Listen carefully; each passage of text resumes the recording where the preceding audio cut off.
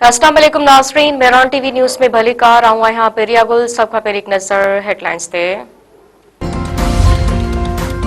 Security forces गुझे इतलाती Balochistan में फितना हिंदुस्तान खिलाफ कार्रवाई, 6 दहशतगर्द मारिजी विया।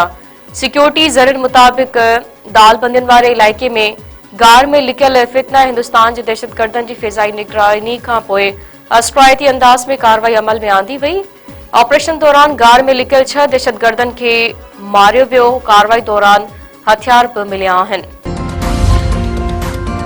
सिंध हुकूमत पारां आबादकारनि लाइ 55 अरब रुपयनि खां वधीक जे पैकेज जो ऐलान। वॾे वज़ीर सैयद मुराद अली शाह चयो आहे त वफ़ाक़ी हुकूमत कणिक जे अघु बाबति सिंध हुकूमत जो मौक़िफ़ ॿुधो, जंहिं ते थोराइता आहियूं।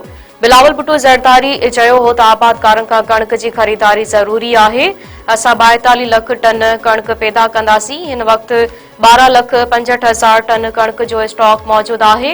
कराची में सीनियर सूबाई वज़ीर शर्जिल मेमण ऐं ज़राअत वारे वज़ीर मोहम्मद बख्श महर सां गॾु प्रेस कॉन्फ्रेंस कंदे वॾे वज़ीर वधीक चयो त IMF कणिक जी इमदादी क़ीमत 3500 रुपया मुक़रर करण जो चयो आहे।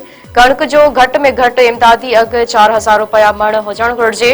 असां चाहियूं था त हारियुनि खे ॿियूं मराहतूं ॾियूं त जीअं नुक़सान न थिए। 25 एकड़ खां घटि ज़मीन वारी आबादकार खे हिकु बोरी DAP मुफ़्त ॾींदासीं। 1,75,000 आबादकारनि खे हारी कार्ड ॾेई चुका आहियूं।